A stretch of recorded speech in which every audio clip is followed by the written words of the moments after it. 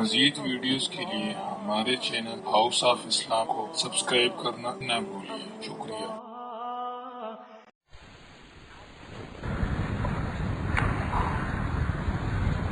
ایک صاحب نے حضرت والا کو خط میں لکھا کہ استغفار جس میں کچھ بھی وقت صرف نہیں ہوتا اور نہایت آسان ہے، بہت بھولتا ہوں۔ یعنی حالانکہ استغفار بڑی آسان چیز ہے اور استغفار کرنے میں کوئی خاص وقت بھی صرف نہیں ہوتا، ایک لمحے میں آدمی نے کہہ لیا استغفر اللہ ربی من کل ذنب واتوب الیہ، لیکن انہوں نے یہ لکھا کہ مجھے یہ استغفار کرنا بھی بھول جاتا ہوں، بہت بھولتا ہوں۔ تو حضرت نے اس کے جواب میں تعین فرمایا کہ اس حالت میں استغفار بعدد خاص کسی وقت مقرر کر لیجیے تاکہ اگر ہر وقت یہ عادت نہ رہ سکے تو قلق نہ ہو۔ یعنی ویسے اگر استغفار کے لیے نہ کوئی وقت مقرر ہے نہ کوئی تعداد مقرر ہے، اللہ تعالیٰ توفیق دے تو ہر یعنی اپنی جو بھی غلطی ہو اس کے اوپر استغفار کرنا چاہیے۔ لیکن تو فرماتے ہیں کہ ایسی حالت میں جب کہ آدمی استغفار کرنا بھول جاتا ہے تو اس کو چاہیے کہ کوئی خاص وقت مقرر کر لے کہ فلاں وقت میں استغفار کیا کروں گا، اور عادت بھی متعین کر لے کہ اتنی مرتبہ کروں، جیسے ایک تسبیح مثلا استغفار۔ اسی واسطے ہمارے بزرگ جو معمولات بتاتے ہیں طالبین کو، ان میں استغفار کی ایک تسبیح ضرور شامل ہوتی ہے۔ استغفار کی ایک تسبیح، استغفر اللہ ربی من کل ذنب واتوب الیہ، استغفر اللہ العلی العظیم الذی لا الہ الا هو۔ یہ استغفار عام طور سے بتایا جاتا ہے، تو اس کو ایک خاص وقت میں خاص تعداد میں کر لینا مفید ہوتا ہے تاکہ جو اور وقت میں ذہن میں نہیں آیا تو کم از کم ایک مرتبہ بیٹھ کے کر لیا، اور اس میں تصور کر لیں اس بات کا کہ یعنی محض ایسے ہی زبانی حرکت نہ ہو، ذہن میں ذرا سا اس بات کا استحضار اور دھیان پیدا کر لے کہ مجھ سے نہ جانے کتنی غلطیاں ہوتی ہیں، کتنے گناہ مجھ سے سرزد ہوئے ہیں، بہت سے وہ ہیں جن کو میں جانتا ہوں، بہت سے وہ ہیں جن کو میں جانتا تک نہیں۔ ایسے بھی ہوتے ہیں کہ غلطیاں ہوئیں، گناہ ہوئے اور آدمی کو اس کے گناہ کا احساس نہ ہو سکا، تو میں اے اللہ آپ سے ان سب گناہوں کی معافی مانگ رہا ہوں۔ دیکھو حضور اقدس صلی اللہ علیہ وسلم نے جو ایک دعا تلقین فرمائی، اور یہ دعا آپ پڑھا کرتے تھے اس وقت جب سعی کے دوران جو میلین اخضرین ہیں، جو سب ستون ہیں نا جن کے درمیان آدمی تیز دوڑتا ہے، تو اس میں یہ دعا حضور اقدس صلی اللہ علیہ وسلم سے ثابت ہے۔ کیا ہے بھائی؟ رب اغفر وارحم واعف عنا وتکرم وتجاوز عما تعلم فإنك تعلم ما لا نعلم إنك أنت الأعز الأكرم۔ یہ دعا کہ رب اغفر وارحم واعف عنا وتکرم، اے اللہ، اے پروردگار مجھے مغفرت فرمائیے، رب اغفر وارحم اور رحم فرمائیے، واعف عنا وتکرم اور درگزر فرمائیے اور مجھ پر کرم فرمائیے، وتجاوز عما تعلم اور آپ میرے ان گناہوں سے درگزر فرمائیے، ان گناہوں کو معاف فرمائیے جو آپ جانتے ہیں، فإنك تعلم ما لا نعلم، اس لیے کہ آپ وہ جانتے ہیں جو ہم نہیں جانتے، إنك أنت الأعز الأكرم۔ تو یہاں یہ نہیں فرمایا کہ جو گناہ میں جانتا ہوں، بلکہ جو گناہ آپ کے علم میں ہے، اے اللہ میں ان سے معافی طلب کرتا ہوں، ان کی معافی طلب کرتا ہوں، آپ اپنے رحمت سے وہ سب معاف فرما دیجیے جو آپ کے علم میں۔ اور ساتھ میں پھر کہہ دیا فَإِنَّكَ تَعْلَمُ مَا لَا نَعْلَمُ، آپ وہ جانتے ہیں جو ہم نہیں جانتے۔ نہ جانے کتنے گناہ ہمارے ایسے ہیں کہ ان کے گناہ ہونے کا احساس بھی نہیں، علم بھی نہیں۔ تو اللہ بچائے، نام اعمال میں گناہوں کا اضافہ ہو رہا ہے اور پتہ نہیں، العیاذ باللہ۔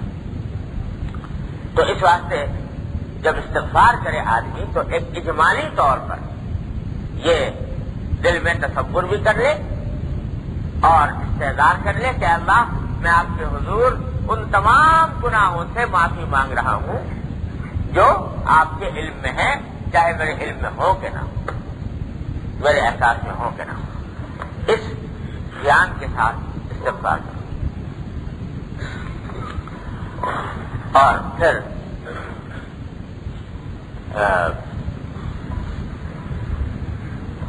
اللہ تبارک و تعالیٰ انشاءاللہ اس کی برکت سے گناہوں سے نجات بھی عطا فرمائے اور اس کے برکت جو صدور ہوگا تو اللہ تعالیٰ انشاءاللہ معاف بھی فرمائے۔ لیکن یہ ہو جائے استغفار دن میں کم از کم ایک مرتبہ ایسا ہو جائے کہ ایک تصویر کی ہو۔ اور پھر مشائخ کے مذاق مختلف، بعض مشائخ یہ کہتے ہیں کہ جب آدمی معمولات کرنے بیٹھے، یعنی جو اس کے وظائف اور اوراد ہیں وہ کرنے بیٹھے، تو پہلے شروع استغفار سے کریں اور سب بات استغفار سے اس لیے کریں کہ وضو کر لو، پہلے جو گندگی سے اپنے آپ کو صاف کر لو، پھر آگے بڑھو۔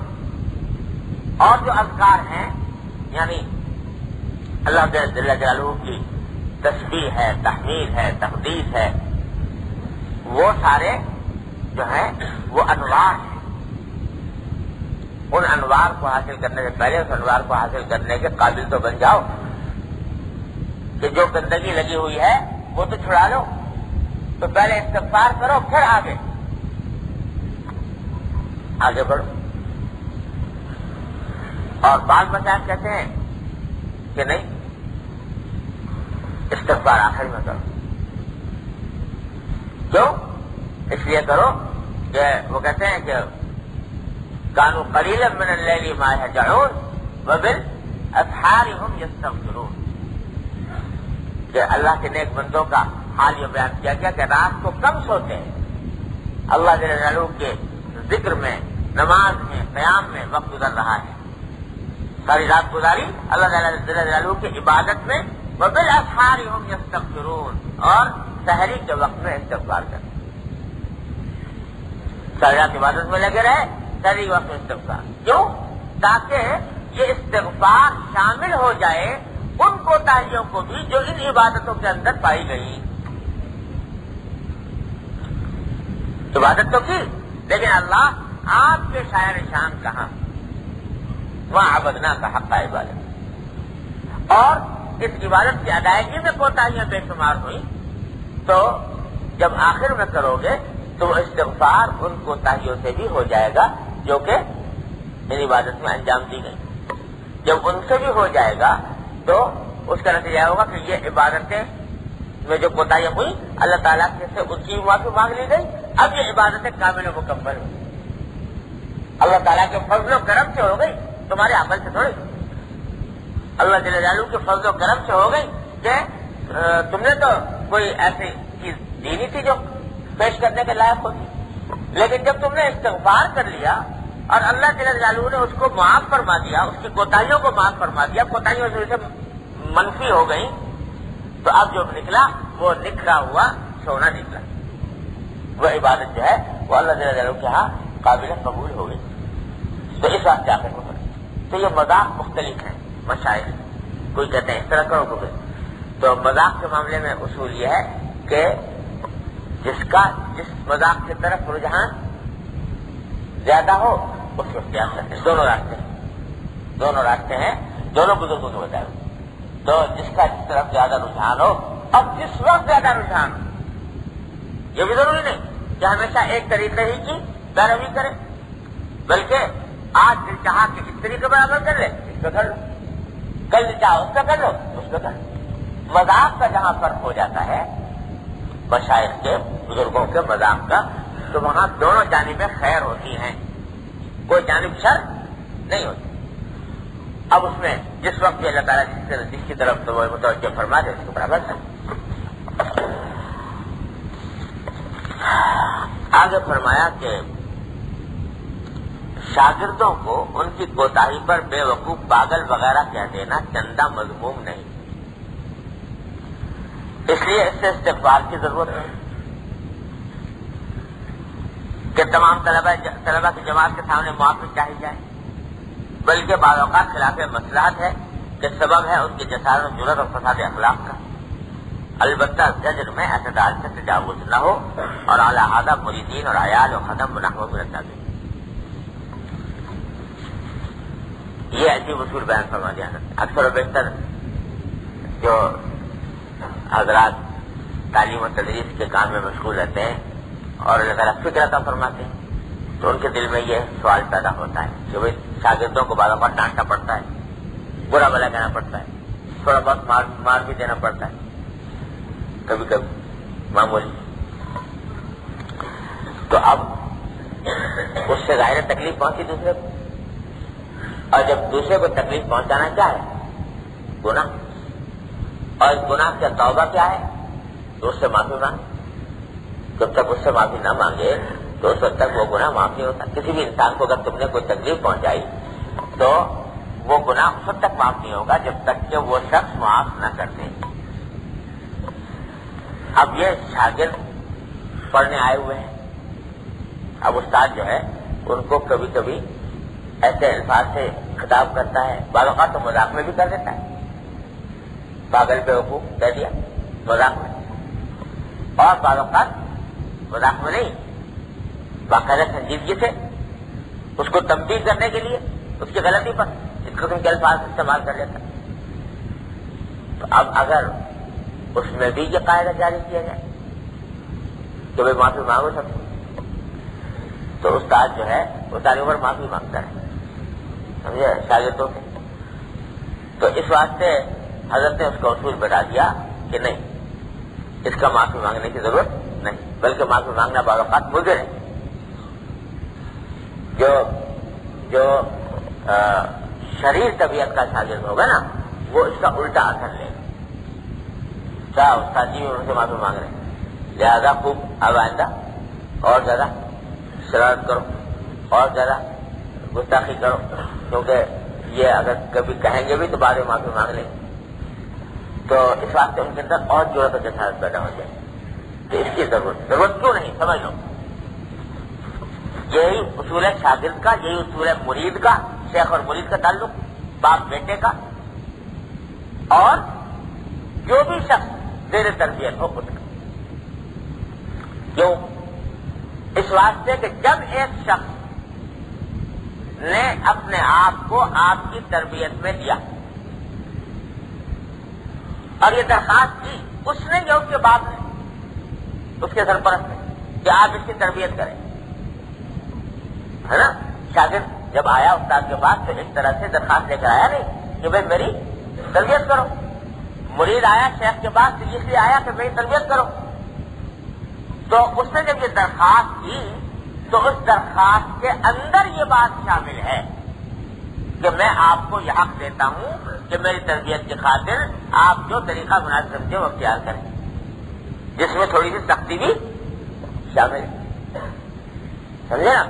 لہذا اس نے جب شاگردی اختیار کی تو اپنی طرف سے اپنے سارے حقوق جو ہیں جو اس سختی سے متعلق ہیں جو معلم کے لیے جائز ہے وہ حقوق ثابت کر کہ میں وہ حق ثابت کرتا ہوں، اب اگر آپ میری تربیت کے لیے مجھے کو ڈانٹے تو بے شک ڈانٹے جی۔ اور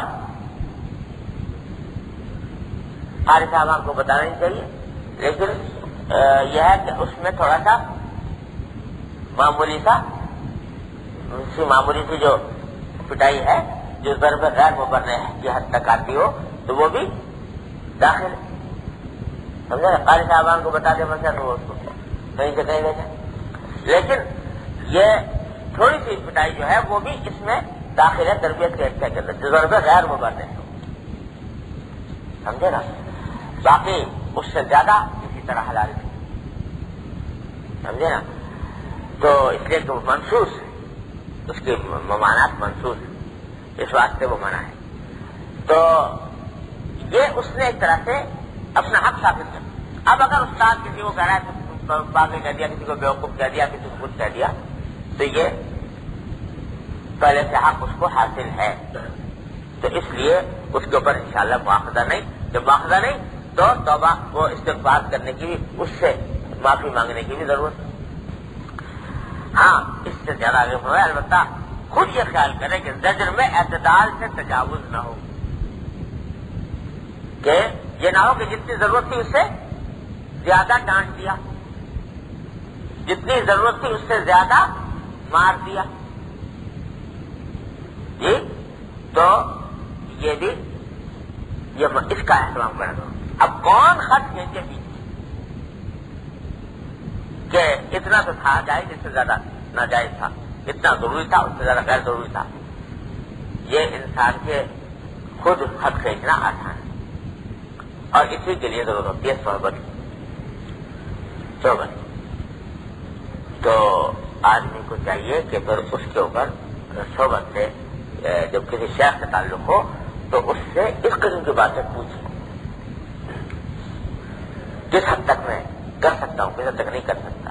واقعات میں اس میں دو اور دو چار کر کے کوئی اصول بیان کرنا بڑا مشکل ہے، یہ شیخ ہی اس کی تشخیص کرتا ہے اور بتاتا ہے کہ بھئی یہ کام تم نے اتنا ٹھیک کیا، اس سے زیادہ ٹھیک، یہ تھوڑی بہت ڈانٹ ٹپٹ جائز ہے، زیادہ جو ہے وہ جائز ہے۔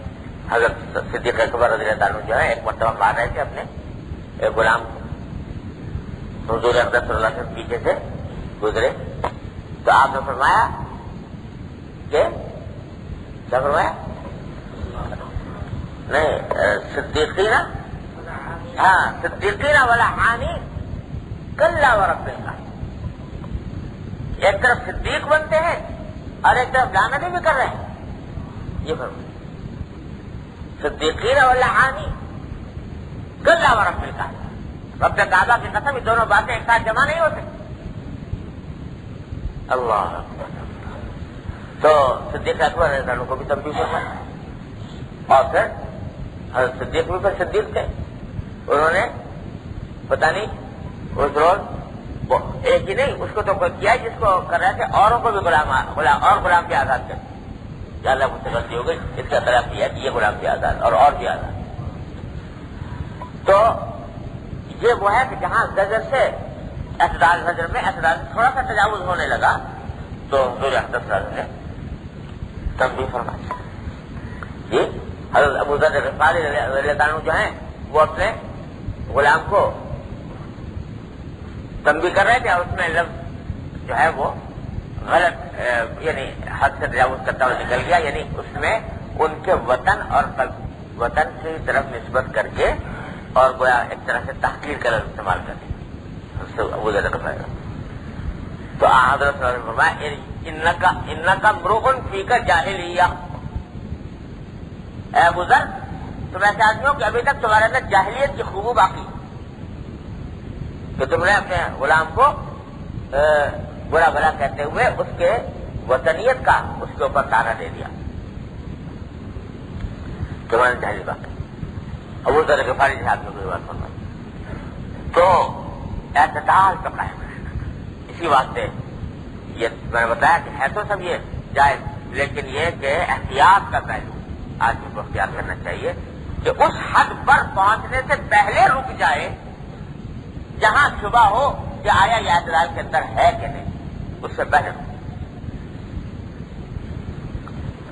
اور یہ اللہ تعالیٰ کی خاص توفیق کے ذریعے ہوتا ہے، بزرگوں کی صحبت سے حاصل ہوتا ہے، کسی اور کے بس کا آدمی کے بس کا کام نہیں، جب تک کہ اللہ تعالیٰ توفیق نہ دیں بزرگوں کی صحبت کے نتیجے۔ حضرت حکیم الامت قصر آدھا سے ضرور اللہ تعالیٰ آپ کے درجات بلند فرمائے، ان کے خادم تھے، بھائی نیاز کہتے تھے ان کو، ہم نے بھی زیارت کی، بڑے اچھے سارے بزرگ تھے اور بڑے حضرت کے خادم خاص اور ذرا پونچھ چڑھے بھی تھے، حضرت کے مزاج شناس بھی تھے، حضرت کی خدمت خوب کرتے تھے، بھائی نیاز ان کا نام تھا۔ تو اب یہ کیونکہ ذرا حضرت کے خاص خادم تھے تو حضرت کے پاس جو لوگ آیا کرتے تھے خانقاہ میں مریدین، تو ان کے ساتھ ذرا بے تکلف بھی ہو جاتے تھے یہ بھائی نیاز، اور کبھی کبھی ان کو کچھ تنبیہ بھی کر دیا کرتے تھے، کوئی یہاں یہ قاعدہ یہ مت کرو یہ کرو بولا۔ تو ایک دن کسی نے حضرت سے شکایت کی کہ حضرت یہ بھائی نیاز صاحب جو ہیں یہ آپ کے منہ چڑے بہت ہیں اور جو یہاں پر لوگ آتے ہیں تو ان کے ساتھ یہ بد اخلاقی سے پیش آتے ہیں، غصہ کرتے ہیں۔ حضرت کو بڑی تکلیف ہوئی کہ بھائی یہاں پر جو مہمان آتے ہیں ان کو ان کے ساتھ ایسا رویہ اختیار کرنا بری بات ہے۔ بڑا کے ڈانٹا، ارے بھائی یہاں تم کیا کرتے ہو یہ لوگوں کے ساتھ، لوگ یہاں پر آتے ہیں تم ان کے ساتھ وہ کرتے ہو، بد کلامی کرتے ہو اور برا بھلا کرتے ہو اور ڈانٹ ڈپٹ کرتے ہو، کیوں ایسا کرتے ڈانٹا۔ تو بھائی نیاز نے کہا جواب میں کہ حضرت اللہ سے ڈرو، جھوٹ نہ بولو۔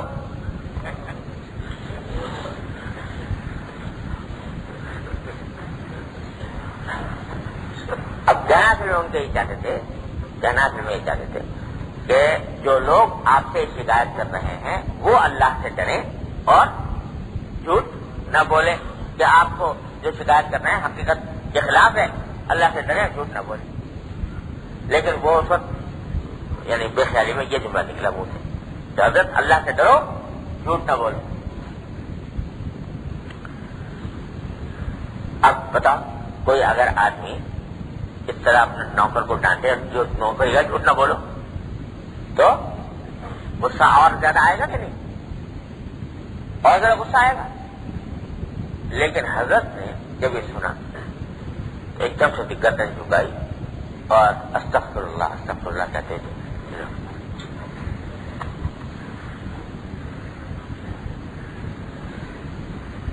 کیوں کہ جب ڈانٹا نوکر کو اور اس نے کہا اللہ سے ڈرو، تو فوراً ذہن میں خیال آیا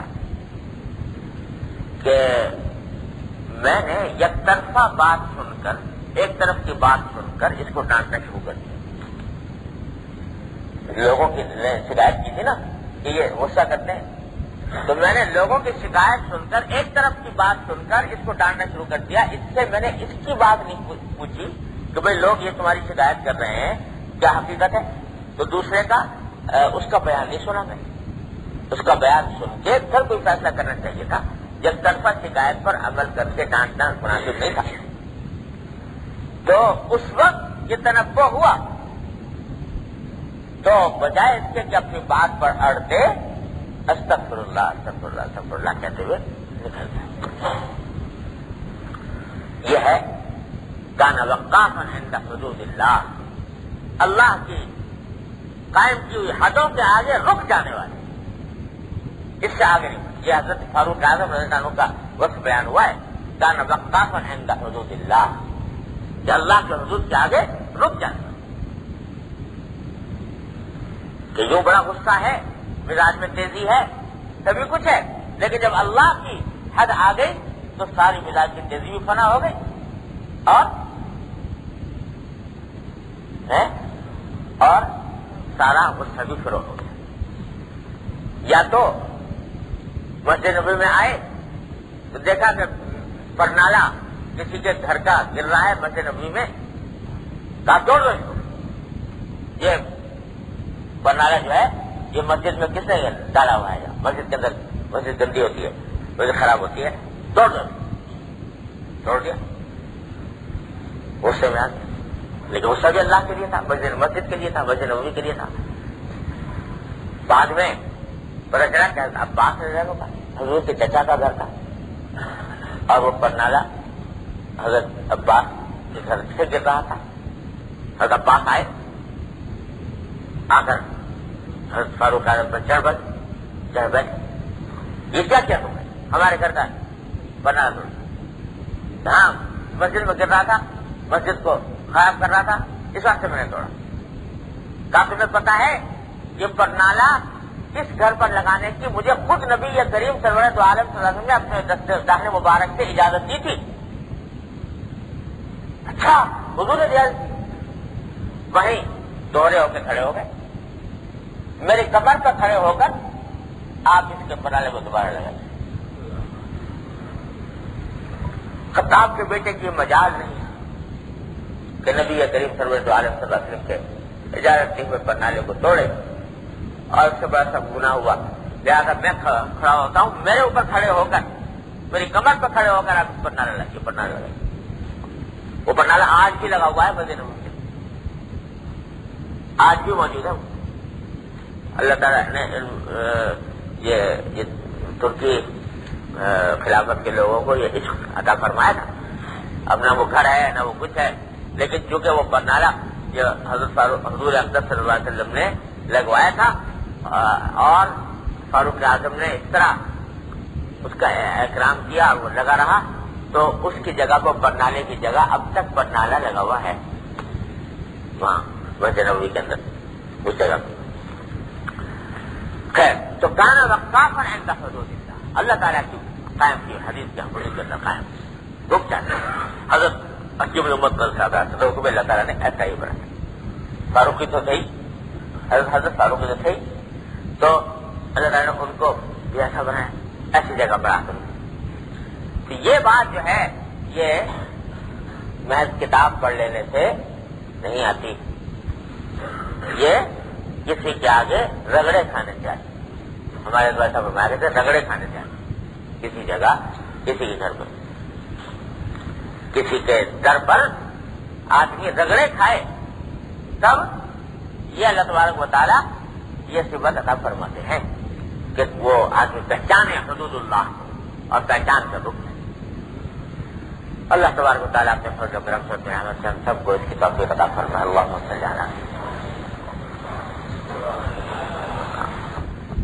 الحمدللہ رب العالمین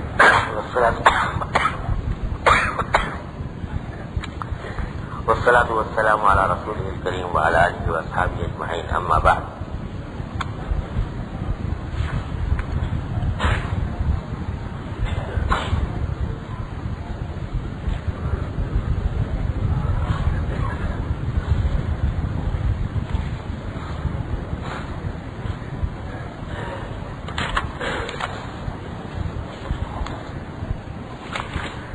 یہ توبہ کے متعلق بیان چل رہا تھا, اور عجیب و غریب مضامین ہیں جن کے ہم سب محتاج ہیں.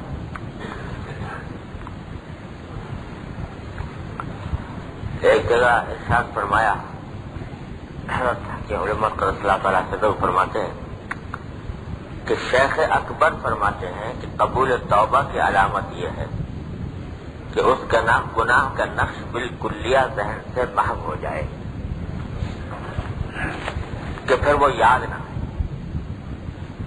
اور عام کتب طریقت میں جمہور لکھتے ہیں کہ سالک کو لازم ہے کہ ہمیشہ ہر وقت اپنے گناہوں کو پیش نظر رکھے. وجہ تطبیق یہ ہے کہ محو ہو جانے سے مراد یہ ہے کہ اس کا اثر خاص یعنی قلق طبعی نہ رہے, وہ یاد بھی رہے اور قلق اعتقادی بھی رہے. یہ شیخ کا فرمانا کلیہ نہیں ہے, بلکہ بعض طبائع کے اعتبار سے ہے جن کے لیے قلق طبعی حاجب ہو جاتا ہے انشراح الطاعت سے.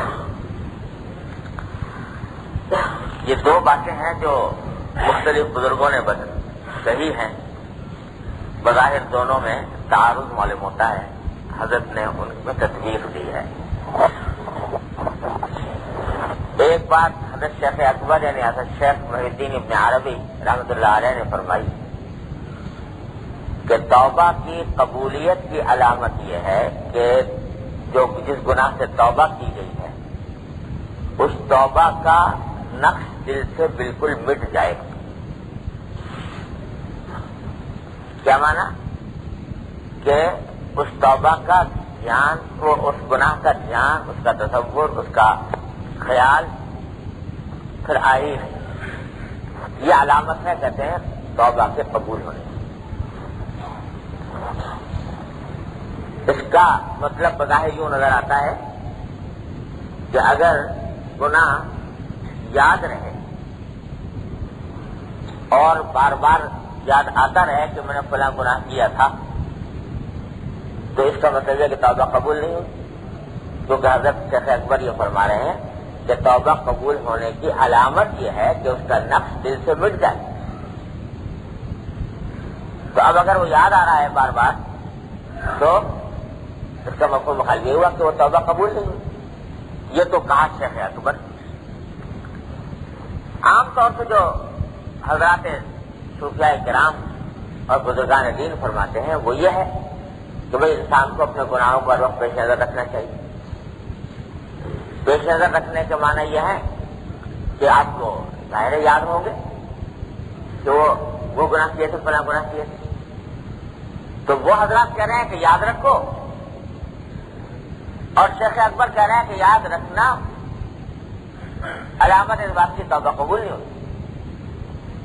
تو دونوں میں تعارض ہے، دونوں باتوں میں. تو حضرت فرماتے ہیں کہ شیخ پہلے دو باتیں فرمائیں گے. شیخ اکبر نے جو یہ کہا کہ نقش دل سے محو ہو جائے، اس کا مطلب یہ نہیں ہے کہ یاد نہ رہے. وہ نقش محو ہو جانے کے معنی یہ ہے کہ اس کی جو گناہ کرنے کی وجہ سے جو رنج اور صدمہ تھا، طبی طور پر وہ رنج صدمہ ظاہر ہو جائے.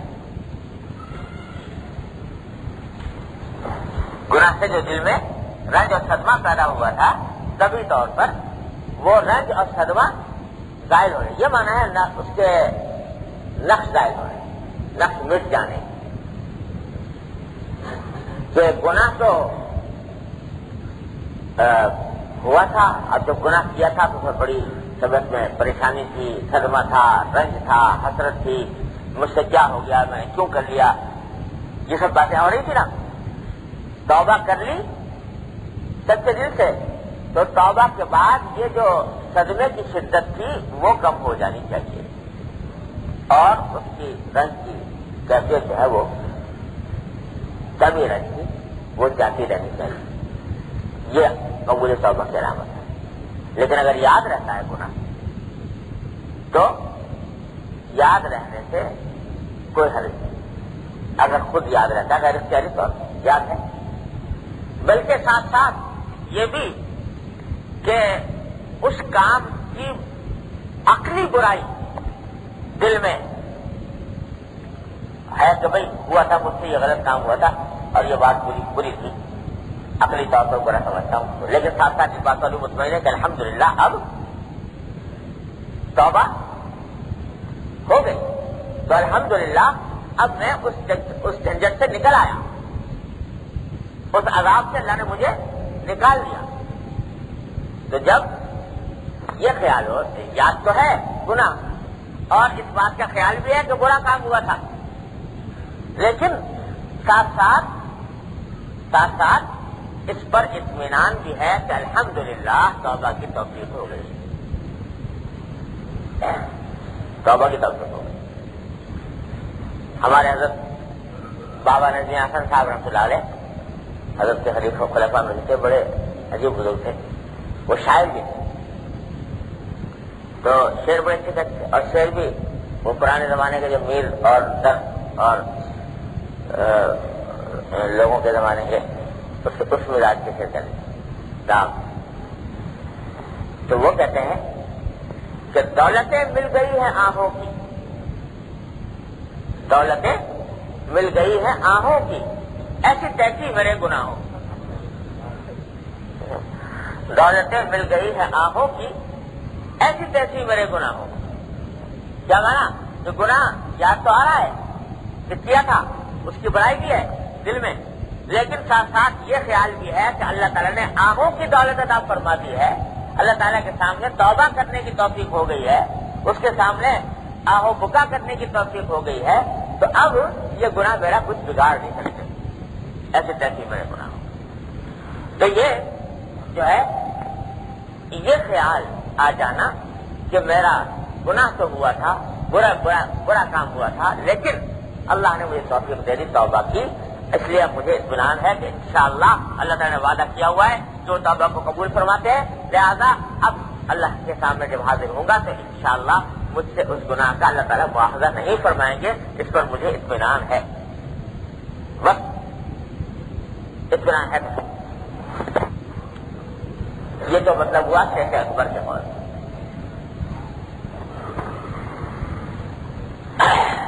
اور یہ جو کہتے ہیں علماء نے، دوسرے حضرات نے جو کہا کہ وہ اپنے گناہوں کو پیش نظر رکھیں، اس کا مطلب بھی سمجھنے کی ضرورت ہے۔ گناہوں کو پیش نظر رکھنے کے تین مطلب ہو سکتے ہیں، گناہوں کو یاد کرنے کے تین مطلب ہو سکتے ہیں، تینوں کا حکم الگ الگ ہے۔ ایک تو گناہ کو یاد کرنے کا مطلب یہ ہے کہ آدمی اس سے لذت لینے کی خاطر اس کو یاد کرے، الحمد للہ کہ فلاں وقت مجھ سے یہ گناہ ہوا تھا، اس میں دیکھو کیسا مزہ ہے، اس مزے کو استغفر اللہ یاد کرنے کی کوشش کریں۔ تو گناہ کا یاد کرنا ہے کس لیے؟ مزہ لینے کہ اس کا تصور کر کے اس سے لطف اندوز ہو۔ یہ تو ہے بالکل ناجائز، اللہ بچائے، اللہ تعالیٰ ہمیں جہاں ہر ایک کو اسے محفوظ رکھے، بالکل ناجائز گناہ ہے، اور اس سے بڑا اللہ بچائے خطرے کا اندیشہ ہے، خطرہ ہے۔ تو پھر کسی وقت جب لذت لے رہا ہے اس سے، تو پھر کسی وقت اللہ بچائے مبتلا ہو جائے، یہ تو بہت خطرناک چیز ہے، اس سے تو ہر حال میں پرہیز کرنا ہی ہے۔ دوسرا یاد کرنا یہ ہے کہ آدمی جو ہے وہ اس لیے یاد کر رہا ہے کہ پتہ نہیں توبہ میری قبول ہوئی کہ نہیں ہوئی، لہذا یاد کر رہا ہے، لیے بیٹھا اس کا وظیفہ کر رہا ہے کہ میں نے فلاں وقت یہ گناہ کیا تھا، فلاں وقت یہ گناہ کیا تھا، فلاں وقت یہ گناہ کیا تھا، اور پریشان ہو رہا ہے کہ پتہ نہیں معافی ہوگی کہ نہیں ہوگی۔ تو یہ اس طرح کا وظیفہ بنا لینا یہ گناہ تو نہیں، لیکن پسندیدہ بھی نہیں، مطلوب بھی نہیں۔ اصل بات یہ ہے کہ ایک مرتبہ سچے دل سے بیٹھ کر توبہ کر لو، توبہ کے جو تین عنصر بتائے تھے نا، تو فوراً چھوڑ دینا اور نادم ہونا فوراً چھوڑ دینا، آج تک کے لیے عزم کر لینا نہ کرنے کا، یہ پورے کر لو، 2 رکعتیں پڑھ لو توبہ کی، اور تو اس کے بعد اللہ تعالیٰ کے سامنے حضور بیٹھ کے دعا کر لو، اے اللہ مجھ سے غلطی ہو گئی، معاف کر دیجیے، جتنا دل چاہے اس وقت رو لو، دھو لو، دل کرا لو، جو چاہو کر لو، ایک مرتبہ اچھی طرح خوب جی بھر کے توبہ کر لو، معافی مانگ لو۔ جب کر لیا اب وظیفہ مت بناؤ اس کو یاد جان بوجھ کر یاد کرنے کی کوشش نہ کرو، بلکہ کوشش کو بھول ہی جاؤ، اس کو یاد بوجھ کر یاد کرنے کی کوشش نہ کرو، اور اس کے بارے میں یہ اندیشہ مت رکھو کہ پتہ نہیں معاف ہوا کہ نہیں ہوا۔ کیوں؟ اس لیے کہ جب اللہ جل جلالہ نے وعدہ فرما لیا کہ میں تمہاری توبہ کو قبول کروں گا اور معافی دوں گا، تو اب خامخواہ شکوک و شبہات پیدا کرنا، دل میں لانا، یہ اللہ جل جلالہ کے رحمت کے شایان شان ہے کہ آپ اب شک و شبہ کا اظہار کریں۔ سمجھے نا؟ یا اس پر گویا ایک طرح سے بے اعتمادی کا اظہار ہے. جی آپ اگر فرض کرو ایک باپ ہو اور تمہارا ایک بیٹا ہے، یا ایک استاد ہو تمہارا ایک شاگرد ہے، وہ آ کے تم سے معافی مانگتا ہے، تم نے کہا بیٹا معاف کر دیا، بے شک مطمئن ہو جاؤ، سر پہ ہاتھ رکھ دیا، کھپ کی دے دی، بس میں معاف کر دی. اور میں تو بس دوبارہ نپٹ رہا ہے کہ نہیں، میں تو مجھ سے غلطی ہو گئی. ارے بھائی ہو تو گئی، معاف کر دیا تجھے، اور مطمئن ہو جا، چپ ہو جا. نہیں جو ہو گئی مجھ سے غلطی. اب وہ لپٹا ہوا ہے چمٹا ہوا ہے بار بار چھوٹا ہی ہوتی معاف کر. ارے بھائی کہہ دیا تجھ سے کہ معاف ہو گیا، سب کچھ ہو گیا، اب پھر لپٹا ہوا. تو یہ کوئی صحیح طریقہ، صحیح طرز عمل نہیں. سمجھا؟ اس کا آخر میں کوئی دوسرا کوئی ہم جیسا ہوگا تو پٹے کرے گا کہ تو یہ سب کچھ کہہ دینے کے باوجود تو یہ حرکتیں کرنا کرے گا نہیں کرے گا. اس لیے کہ اس کا مطلب ہے کہ تو ہمارے اوپر بھروسہ نہیں کرا، ہمارے زبان پر بھروسہ نہیں کرا. ہم کہہ رہے ہیں معاف کر دیا، پھر بھی کہتا نہیں کہ معافی نہیں ہوا معاف. تو یہ جو ہے اس کی زبان پر بھروسہ نہیں کر رہا، وہ اپنے بڑے کی تو بے اعتمادی کا اظہار کر رہا ہے. لہذا جب اللہ جل جلالہ سے بھی معاملہ اس سے زیادہ ہم استاد اور شاگرد، استاد اور شیخ اور باپ کیا چیز ہے، لیکن اللہ جل جلالہ کی رحمت کاملہ اتنی بڑی ہے. تو جب اس پر بھروسہ آدمی کر سکتا ہے تو اللہ جل جلالہ کی رحمت پر کتنا بھروسہ کرتا ہے. لہٰذا جب توبہ کر لی اور اللہ جل جلالہ نے توبہ کرنے کے بعد معاف فرمانے کا اعلان کر دیا کہ میں جو بھی میرے ساتھ توبہ کرے گا میں معاف کر دوں گا، تو اب بھروسہ رکھو اس بات پر کہ معاف کر دیا انشاءاللہ. سمجھے نا؟ ہو گیا معاف. اب وظیفہ مت بناؤ، بلکہ وظیفہ بنانے کا وظیفہ بنانے سے ہوتا یہ ہے کہ اگر بعد میں یاد کرے گا تو رفتہ رفتہ ایک حجاب پیدا ہو جائے گا. حضرت فرماتے ہیں ایک حجاب پیدا ہو جائے گا. یہ حجاب اچھی بات نہیں ہے. اٹھاؤ اس حجاب کو، بس یقین رکھو کہ ہاں اللہ نے معاف کر دیا. اب آگے کی فکر کرو کہ آگے دوبارہ نہ ہونے پائے، غلطی نہ ہو. تو یہ ہے جو ایجاد کرنا گناہوں کا اس معنی میں کہ باقاعدہ اہتمام کر کے، یاد کر کے، استحضار کر کے وظیفہ بنا لیا کہ فلاں کے گناہ کیا، فلاں کے گناہ کیا. یہ سب تو ہے فضول بات، یہ درست نہیں. تیسرا استحضار، تیسرا مطلب استحضار کا یہ ہے کہ اجمالی طور پر آدمی یہ ذہن میں رکھے کہ دیکھو جی مجھ سے تو میرے حالت میں یہ ہے کہ مجھ سے ایسے ایسے گناہ ہوئے تھے. یہ اور بات ہے کہ اللہ جل جلالہ نے اپنے فضل و کرم سے معاف فرما دیا، لیکن میری حالت تو ایسی ہے نا کہ مجھ سے یہ گناہ سرزد ہوئے. تو میں اپنی ذات کے اعتبار سے میرے اندر کچھ بھی نہیں، اپنے ذات کے اعتبار سے میرا کوئی بھروسہ نہیں جب تک اللہ کی توفیق نہ ہو. تو اس کی وجہ سے اپنی ذات کی بے حقیقتی مستحضر کرنے کے لیے کہ مجھ سے تو یہ گناہ ہوئے تھے، میں تو ایسا تھا، یہ تو ان کا کرم ہے کہ نواز دیا مجھے، یہ تو ان کا انعام ہے کہ باوجود ان سب غلطیوں کے مجھے معاف فرما دیا، میری توبہ قبول فرما لی، ورنہ میں اس لائق تو نہیں تھا. تو اس اپنی حقیقت سمجھنے کے اور اپنے آپ کو عجب سے، تکبر سے، خود پسندی سے، دعوے سے، تعلی سے بچانے کی اس کا استعداد کہ میں تو ایسا تھا، میری حالت نہیں تھی. کوئی تعریف کرے کہ آپ تو بڑے اچھے ہیں، فلانے ہیں، آپ بڑے عالم ہیں، آپ بڑے متقی ہیں، آپ بڑے پرہیزگار ہیں، آپ بڑے عبادت گزار ہیں، تو اس کا بھی علاج ہے. آدمی سوچے کہ دیکھو اللہ تعالیٰ نے کرم ہے کہ اس کے سامنے میری اچھی حالت ظاہر کر کے بیچارہ یہ میری تعریف کرنا ہے. اگر میری حقیقت پتہ چل جائے اس کو تو یہ تو مجھ سے نفرت کرے، چھوٹو کرے میرے اوپر. اس واسطے کہ میں تو میری اصلیت تو یہ ہے کہ میں ان گناہوں میں مبتلا تھا. اللہ جل جلالہ نے اپنا فضل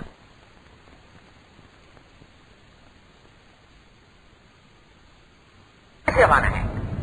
سمجھا گی بات؟ تو تین مطلب ہوا گناہوں کو یاد رکھنے کا. ایک لذت لینے کے لیے، اللہ بچائے، گناہ ہی گناہ ہے۔ دوسرا محض اختیار سے وظیفہ بنانے کے لیے، بدری معاف ہوئے کہ نہیں ہوئے، رو رہا ہے ہر وقت، یہ غلط ہے، یہ پسندیدہ نہیں۔ تیسرا یہ کہ اپنی حقیقت اور اصلیت سمجھنے کے لیے کہ میری حالت تو یہ تھی، اس کے لیے جو ہے ایسا یاد رکھنا مناسب ہے۔ اس بنا پر نہیں کہ شبہ ہے کہ میری توبہ قبول ہوئی کہ نہیں ہوئی، نہیں، اس بنا پر تاکہ مجھے میرے سامنے میری اصلیت رہے کہ میں کیا تھا، بس اس مقصد کے لیے۔ اب یہ تینوں باتیں ایسی ہیں کہ ہیں سب تینوں کا تعلق گناہوں کو یاد کرنے سے، لیکن تینوں کا حکم زمین و آسمان کا فرق ہے، اور یہیں سے یہ مشائخ کی تربیت جو ہوتی ہے وہ دیکھتی ہے کہ اس آدمی کے لیے کیا کرنا چاہیے۔ اب بعض لوگوں نے یہ دوسرے نقطے کو نہیں سمجھا، یہ یاد کرنا جو ہے دوسرے اور تیسرے میں فرق نہیں سمجھا، اس کے نتیجے میں کہہ دیا مریدوں سے کہ بھائی روزانہ تہجد کیا ہوتا ہے، سارے گناہ ایک ایک کر کے یاد کیا کرو۔ ایک صاحب آئے تو وہ بتا رہے کہ ہمارے شیخ نے یہ تعلیم کی ہے کہ تہجد میں جب اٹھو تو نماز پڑھو، اور نماز پڑھنے کے بعد جتنے گناہ کیے ہیں صبح سے آ تک سب یاد کرو، 1 2 3 4 5 6 7 8 9 10 یاد کرو، اس کی فہرست بناؤ اور پھر استغفار کرو۔ تو اب میں نے کہا بھائی یہ بھی کوئی تسبیح ہے گناہ کی کہ گناہ کی تسبیح پڑھا کرو، تو بلا گناہ جو ہے وہ اس کو اتنی مرتبہ، یہ کچھ نہیں، سب غلط بات ہے، کچھ غلط۔ ہاں اجمالی طور پر جو میں نے مانا بیان کیے کہ بھائی میں تو میری حقیقت تو یہ تھی، اللہ نے مجھے اپنے فضل سے نکال دیا اس دلدل سے، اس کا کرم ہے، مگر میری اس کی وجہ سے مجھے کوئی ناز کا موقع نہیں، فخر کرنے کا موقع نہیں، تکبر کا غضب کا موقع نہیں، اس کے لیے لا الہ الا اللہ۔ ایک صاحب نے پوچھا کہ اگر کسی کو دل سے حقیر سمجھا یا کسی پر حسد کیا یا کوئی اخلاق مذمومہ جن کا تعلق دوسرے سے اس کا ارتکاب دل سے کیا لیکن ہاتھ اور زبان سے کوئی قصور نہیں کیا، تو یہ بھی حقوق العباد میں داخل ہے یا نہیں، اور اس کو بھی معاف کرانا چاہیے یا نہیں؟ فرمایا کہ کیونکہ اس سے کسی کو ضرر نہیں پہنچا، اس سے یہ حقوق العباد نہیں ہوئے، صرف توبہ اللہ اصلاح آئندہ کافی ہے۔ یعنی بعض اوقات ایسا ہوتا ہے کہ دوسرے شخص کے متعلق دل میں برے خیالات آ گئے، حسدی کا خیال آ گیا، دل چاہا کہ یہ نیچے گر جائے اور اس کو جو بڑھوتری ہو رہی ہے، ترقی ہو رہی ہے، ترقی رک جائے، یہ دل چاہا، لیکن دل چاہا بس، اس دل چاہنے کے مطابق عمل کرنے کے لیے، اس دل چاہنے کے مطابق صورتحال پیدا ہونے کے لیے کوئی عمل اندر سے نہیں کیا، نہ کسی سے کہا برائی کی، اس کی غیبت کی، نہ کسی سے چغلی کی، نہ کوئی اور ڈانٹ ڈپٹ کی، دل میں بس خیال پیدا ہو کے رہ گیا، یا برائی آ گئی کسی کے دل میں، دل سے اس کو حقیر سمجھا۔ حقیر سمجھنا کسی مسلمان کو بڑی ہی گناہ کی بات ہے، حقیر سمجھا، لیکن اس حقیر سمجھنے کے نتیجے میں کوئی اس کی توہین نہیں کی، کوئی اس کی بے عزتی نہیں کی، کوئی اس کو برا بھلا نہیں کہا، تو عمل کوئی نہیں کیا، بس دل دل میں رہی بات۔ تو حضرت فرماتے ہیں کہ یہ حقوق العباد میں اگر اس کو کہیں تو بھائی جب تک کہ وہ آدمی معاف نہ کرے تب تک معافی نہیں ہوتا، فرمایا حقوق العباد میں تو نہیں، البتہ توبہ کافی ہے، توبہ کر لینا کافی ہے، توبہ کر لینا کافی ہے۔ یہاں بھی تھوڑی سی تفصیل عرض کر دوں، وہ یہ کہ یہ جو دوسرے کے بارے میں خیال پیدا ہوا، حسد کا ہو، حقارت کا ہو، برائی کا ہو، یہ دو حال سے خالی نہیں، یا تو بے اختیار آ گیا، آدمی کے اختیار کے بغیر آ گیا خیال کسی کے بارے میں، یا باقاعدہ سوچ سوچ کے آدمی اس کو دل میں لا رہا ہے. تو یہ جو بات حضرت نے فرمائی ہے کہ توبہ کرنی چاہیے، یہ دوسرے کے بارے میں ہے. یعنی آدمی اختیار سے سوچ سوچ کے دل میں خیال لائے فلاں ایسا ہو جائے فلاں ایسا ہو جائے، اس کی حقارت دل میں لائے، تو اختیار سے جب لائے گا تو یہ گناہ ہوگا. گناہ ہوگا لیکن حقوق العباد سے تعلق ابھی تک نہیں بنا کیونکہ دوسرے کو ضرر نہیں پہنچا. لہذا مجرد توبہ کر لینا کافی ہے. یا اللہ مجھ سے غلطی ہو گئی معاف فرما، انشاءاللہ معاف. توبہ کرنے اس کی دوسرے آدمی سے معافی مانگنے کی ضرورت ہے. اور دوسری شکل یہ ہے جاری طور پر آگے آ رہا ہے شاید کسی کے بارے میں اپنا کوئی بس نہیں ہے، غیر اختیاری آ رہا ہے فلاں ایسا ہے فلاں ایسا ہے. تو یہ جو خیال غیر اختیاری آ رہا ہے کیونکہ اختیار سے باہر ہے، اس واسطے یہ گناہ تو نہیں، یہ گناہ تو نہیں، اس پر انشاءاللہ گرفت بھی نہیں، مواخذہ بھی نہیں، عذاب بھی نہیں، لیکن خطرناک حالت ہے. خطرناک حالت ہونے کا معنی یہ ہے کہ کسی وقت بھی یہ حالت تمہیں گڑھے میں گرا دے گی.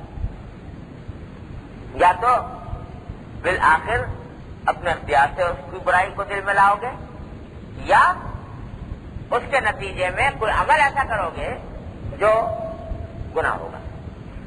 زیادہ خطرناک ہے. گناہ نہیں ہے ابھی لیکن گناہ کے قریب قریب پہنچ جانے والی چیز ہے. لہذا اس کے دو علاج ضروری ہیں. دو علاج جب تک نہ کیے جائیں گے تو یہ تمہیں ڈس لے گا کسی وقت، یہ حالت کسی وقت تمہیں ڈس لے گی. دو علاج کیا؟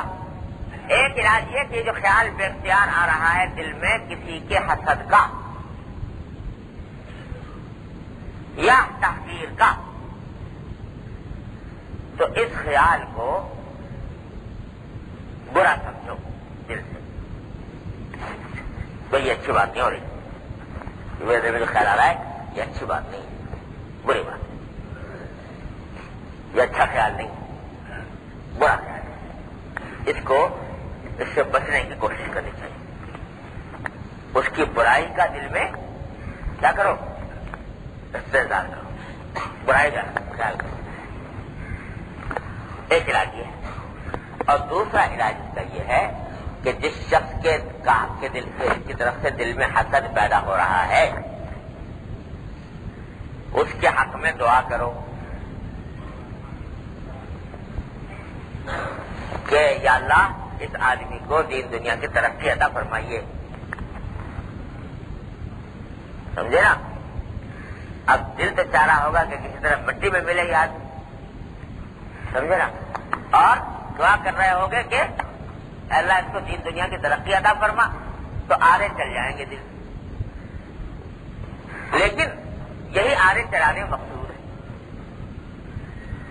تو دعا کرو اس کا، اور یہ سوچو کہ اس کے نیچے گرنے سے یا اس کے تکلیف پہنچنے سے یا اس کے بے عزت ہونے سے میرا کیا فائدہ. زیادہ دعا کرو اللہ تبارک و تعالیٰ سے کہ اللہ اس کا درجہ بلند فرمائیے. یہ دو علاج اگر کر لیے کہ اس خیال کو برا سمجھا اور اس کے حق میں دعا کی، تو انشاءاللہ یہ جو غیر اختیاری خیال دل میں آ رہے ہیں یہ تمہیں پھر آگے جا کر نقصان نہیں پہنچائیں گے اور گناہ میں مبتلا نہیں کریں گے. لا الہ الا اللہ.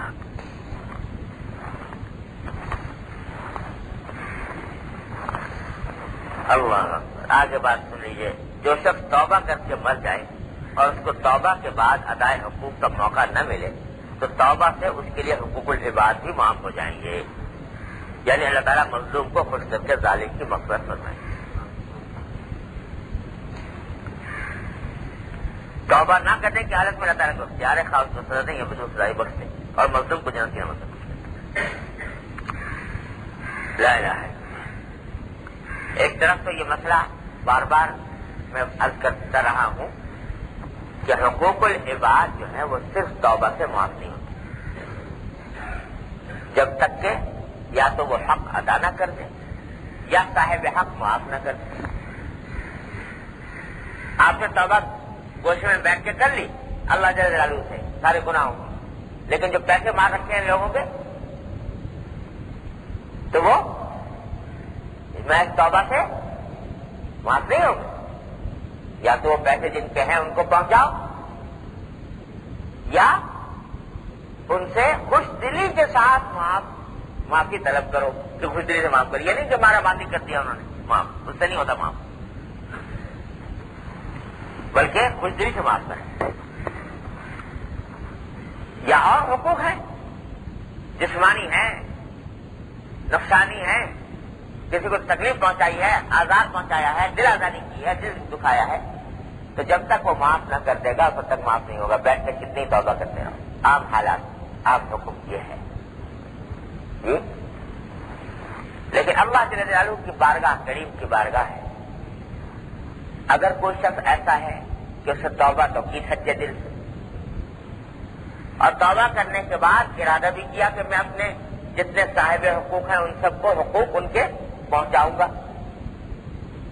اگر کسی کے پیسے میرے واجب ہیں پیسے ادا کروں گا، کسی کی برائی کی ہے اس سے معافی مانگوں گا، کسی کی غیبت کی ہے اس سے معافی مانگوں گا، کسی کو ستایا ہے تو اس کی تلافی کروں گا وغیرہ وغیرہ. دل میں پورا پکا ارادہ ہے توبہ کے بعد، توبہ بھی کر رہا ہے اور تلافی کرنے کی مکمل نیت بھی ہے کہ میں ان صاحب حقوق کے حقوق ادا کروں گا. لیکن بیچارہ کو موقع نہ مل سکا، توبہ کرنے کے بعد موقع نہ مل سکا ادائے حقوق کا. کوشش کرتی تھی، شروع کرتی تھی، لیکن اسی میں انتقال ہو. تو حضرت فرماتے ہیں کہ ایسی صورت میں اللہ جل جلالہ جو ہے توبہ سے اس کے حقوق العباد بھی انشاءاللہ معاف فرما دیں گے. اور اس کا طریقہ یہ کریں گے کہ جن لوگوں کے حقوق ہیں نا، اصحاب حقوق جو ہیں، ان کو اللہ تعالیٰ جنت میں راضی کر دیں گے کہ بھائی ہم تمہیں یہ نواز دیتے ہیں اور تم ہمارے اس بندے کو معاف کر دو، ہمارے اس بندے کو معاف کر دو، ہم نے اس نے توبہ کری، بیچارے کو موقع نہیں ملا.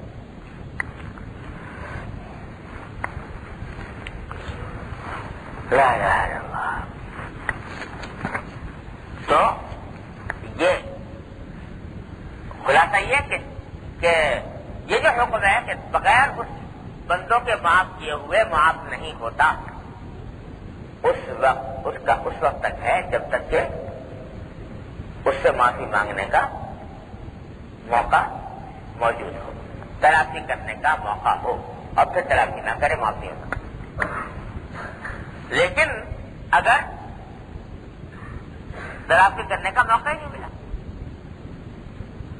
اور اس کی دلیل ہے وہ حدیث،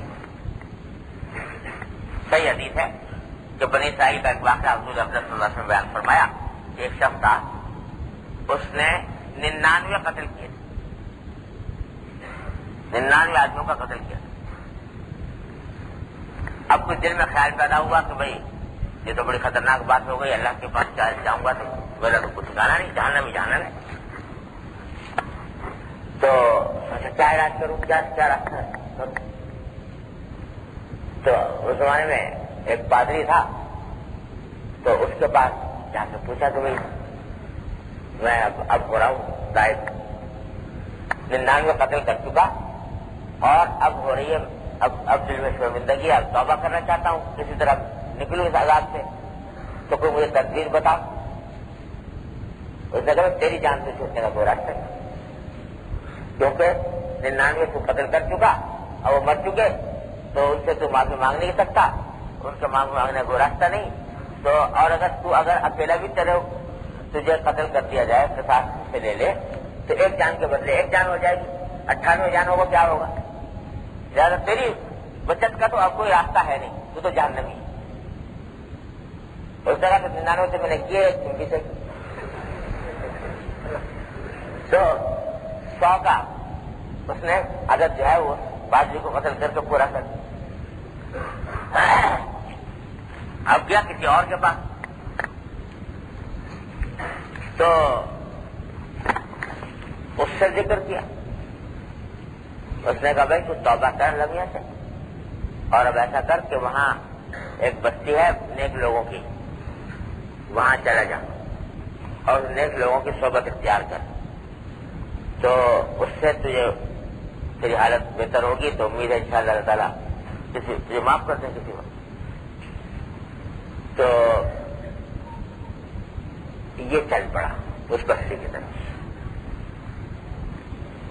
اس خیال سے کہ اب اپنی زندگی میں تبدیلی لاؤں گا، انقلاب لاؤں گا اور ان نیک لوگوں کی صحبت اختیار کروں گا. پھر جو بھی طریقہ ہوگا اپنے گناہوں سے معافی مانگنے کا کرنے کا وہ کروں گا.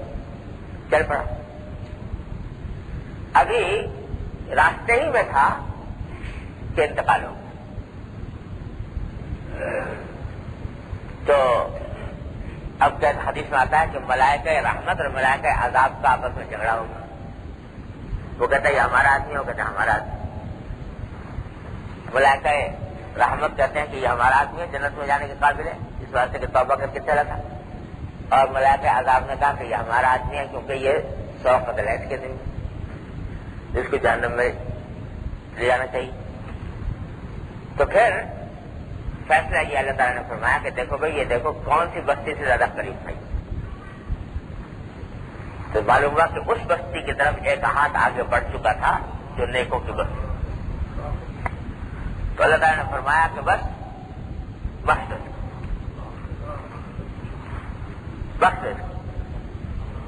اور علماء کرام نے اس حدیث کی تفسیر میں یہی فرمایا کہ معنی اس کے یہ ہے کہ اگرچہ تو 100 آدمیوں کا قتل ہے لیکن اللہ جل جلالہ ان مقتولین کو اس طرح راضی فرما دیں گے کہ وہ اپنے حقوق کو معاف کر دیں اس کے حق میں. لیکن یہ اس وقت ہے جبکہ آدمی اپنی طرف سے تلافی کی پوری کوشش کر چکا ہو اور پھر مر گیا تو پھر بھی اللہ تعالیٰ نے یہ راستہ نکال دیا. اللہ تو فرمایا یعنی اللہ تعالیٰ مظلوم کو خوش کر کے ظالم کی مغفرت فرمائے.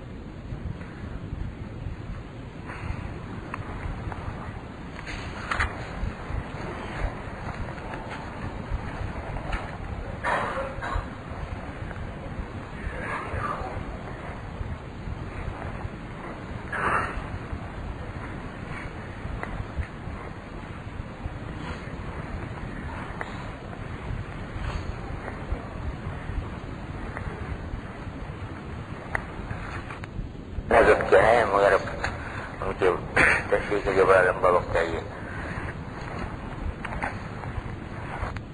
صادر ہو جائے تو فوراً 2 رکعت نماز بیچ میں چھوڑ دیا میں نے، بڑا ارے علم کے بڑے کام کی چیز ہے مگر اس وقت مجموعے میں سمجھانے کے لیے اس کو 1 گھنٹہ چاہیے. اگر گناہ صادر ہو جائے تو فوراً 2 رکعت نماز توبہ کی نیت سے پڑھو. اگر گناہ صادر ہو جائے تو فوراً 2 رکعت نماز توبہ کی نیت سے پڑھو پھر توبہ کرو. اس طرح توبہ کرنے میں متعدد مصلحت ہیں. ایک ان الحسنات یذهبن السیئات، نیکیاں گناہوں کو ظاہر کرتی ہیں. دوسرے نماز کے بعد توبہ کرنے میں دل حاضر ہوگا اور قبول توبہ کے لیے حضور قلب ضروری ہے. تیسرے چونکہ نفس کو نماز شاق ہے اس لیے نفس گناہوں سے گھبرائے گا کہ کہاں کی علت کر لے، بلکہ شیطان بھی گناہ کرانا چھوڑے گا کیونکہ وہ دیکھے گا کہ میں اس سے 10 گناہ کراؤں گا تو یہ 20 گلے پڑے گا. گناہ تو توبہ سے معاف ہو جائے گا اور یہ 20 گلے اس کے بعد نفے میں رہیں گے. تو اس لیے فرمایا کئی فائدے ہیں صلاۃ التوبہ میں. توبہ کرنے کے لیے 2 رکعتیں پڑھنے میں کئی فائدے. ایک تو فرمایا پہلی بات یہ ہے کہ قرآن فرماتا ہے ان الحسنات یذهبن السیئات، نیکیاں جو ہیں برائیوں کو ظاہر کر دیتی ہیں. یعنی ایک برائی ہوئی انسان سے صغائر کا معاملہ ہے، صغائر جو ہیں وہ معاف ہوتے رہتے ہیں نیکیوں سے. کچھ صغیرہ گناہ سرزد ہوا، آپ نے وضو کر لیا معاف ہو گئی، نماز پڑھ لی معاف ہو گئی. تو جو نیکیاں ہیں برائیوں کو ظاہر کرتی رہتی ہیں. جب 2 رکعتیں پڑھو گے تو بہت سے صغیرے تو خود ہی معاف ہو جائیں. دوسرا یہ کہ نماز کے بعد توبہ کرنے میں دل حاضر ہوگا. ظاہر طبیعت ہے انسان کی طبیعت 2 رکعتیں پڑھ کے جب دعا کرے گا تو طبیعت میں حضور زیادہ پیدا ہو، خوشو زیادہ ہوگا. اور توبہ کے لیے ضروری ہے کہ حضور قلب ہو. اب تیسری علت یہ ہے تیسری فرمایا کہ یہ تو شیطان بھی جو ہے نا وہ آگے دوبارہ سے گناہ کرانے میں گھبرائے گا کہ اگر میں نے اس سے گناہ کرا بھی لیا تو یہ 2 رکعتیں پڑھ کے توبہ کرے گا، یہ 2 رکعتیں توبہ کر کے پڑھے گا تو توبہ سے تو گناہ معاف ہو جائے گا، 2 رکعتیں اس کے نفع پہ جائے گی، تو اس واسطے وہ سوچے گا اس سے تو بہتر ہے اس سے گناہ کراؤ ہی مت، سمجھے نا؟ تو اس واسطے جہاز معاویہ کو اٹھانے آگے تھا رات کو تہجد میں، تو اسی طریقے سے یہ سمجھے گا کہ اس کو گناہ کرانے سے نہ کرانا بہتر ہے، تو اس لیے فرمایا 2 رکعتیں پڑھ لیا کرو۔ اچھا بھائی، اللہ تبارک و تعالیٰ اپنی رحمت سے ان تمام باتوں پہ عمل کی توفیق عطا فرمائے۔ آج آخری دن ہے رمضان مبارک کا، اللہ تبارک و تعالیٰ ہم سب کو توفیق عطا فرما دے کہ توبۃ النصوح کے ساتھ رمضان رخصت ہوا ہمارا، زندگی نئی شروع ہو رہی ہے رمضان کے بعد۔ سمجھو ایک اللہ تعالیٰ نے کورس سے گزارا ہے، تربیت کے کورس سے گزارا ہے، اب نئی زندگی شروع ہو رہی ہے، تو نئے عزم کے ساتھ شروع کرو، نئے ارادوں کے ساتھ، اور وہ عزم ارادہ یہ کہ زندگی جو ہے انشاءاللہ اللہ جل جلالہ کے حکم کے مطابق، اس کی رضا کے مطابق، کیونکہ جیتے وہ بھی ہیں جو نافرمانی کر کے جیتے ہیں، اور جیتے وہ بھی ہیں جو فرما برداری کر کے جیتے ہیں۔ جو فرما برداری کر کے جیتے ہیں انہیں موت نہیں آ جاتی فرما برداری، بلکہ حقیقت میں اگر نگاہ ہو، حقیقت شناس، تو جیتے وہی ہیں جو فرما برداری کر کے جیتے ہیں۔ یا ایھا الذین آمنوا استجیبوا للہ وللرسول اذا دعاکم لما یحییکم، اللہ تعالیٰ فرماتے ہیں اللہ کے رسول تمہیں بلاتے ہیں اس کام کے لیے جو تمہیں زندگی عطا کرے، تو زندگی تو وہی ہے جو ان کی اطاعت میں، اور جو ان کی نافرمانی میں ہے وہ دیکھنے میں زندگی نظر آتی ہے، حقیقت میں موت سے بدتر ہے، حقیقت میں موت سے بدتر ہے، وہ زندگی نہیں۔ اور واقعہ بھی یوں ہے کہ زندگی کا لطف بھی انہیں کو حاصل ہے، زندگی کا کیف بھی انہیں کو حاصل ہے جو اطاعت اور فرما برداری میں زندگی گزارتا ہے، اور جو گناہ کی زندگی ہے وہ دیکھنے میں چاہے مزے کی زندگی نظر آئے لیکن اندر سکون نہیں، کھوکھلی ہے۔ دیکھو دنیا کے یہ گناہ والی لذتوں کے شیدائی خودکشی کر کر کے مر رہے ہیں، کیوں؟ اس لیے کہ سکون خاطر میسر نہیں، باوجود ہزار لذتوں کے سکون قلب میسر نہیں، اور آئے کہاں سے؟ الا بذکر اللہ تطمئن القلوب، اطمینان قلب تو اللہ کے ذکر سے حاصل ہوتا ہے۔ لہذا حقیقی زندگی، پر لطف زندگی، پر کیف زندگی، آرام کی اور عافیت کی اور راحت کی زندگی وہی ہے جو اللہ کی اطاعت میں، اللہ کے رسول صلی اللہ علیہ وسلم۔ تو اس کا عزم کر کے داخل ہونا چاہیے رمضان کے بعد۔ یہ نہ ہو کہ رمضان گزارا، اعتکاف کیا، روزے رکھے، لیکن سب کچھ یہی چھوڑ کے چلے العیاذ باللہ نہ۔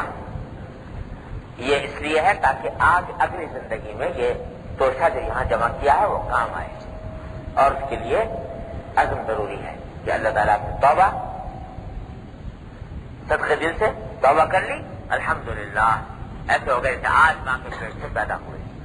اب یہ تمہاری زندگی ہے بے داغ ہے، سفید کپڑے کی مانند ہے، اس سفید کپڑے پر چھوٹی سی بھی چھینٹ لگے گی تو دور سے نظر آئے گی، تو وہ اس چھینٹ کو چھینٹ لگانے سے بچا۔ اللہ تبارک تعالیٰ کی رحمت سے ہم سب کو اس کی توفیق عطا فرما دے۔ ربنا ظلمنا انفسنا وان لم تغفر لنا وترحمنا لنكونن من الخاسرين ربنا ظلمنا انفسنا وان لم تغفر لنا وترحمنا لنكونن من الخاسرين ربنا آتنا في الدنيا حسنة وفي الآخرة حسنة وقنا عذاب النار۔ مزید ویڈیوز کے لیے ہمارے چینل ہاؤس آف اسلام کو سبسکرائب کرنا نہ بھولیے۔ شکریہ۔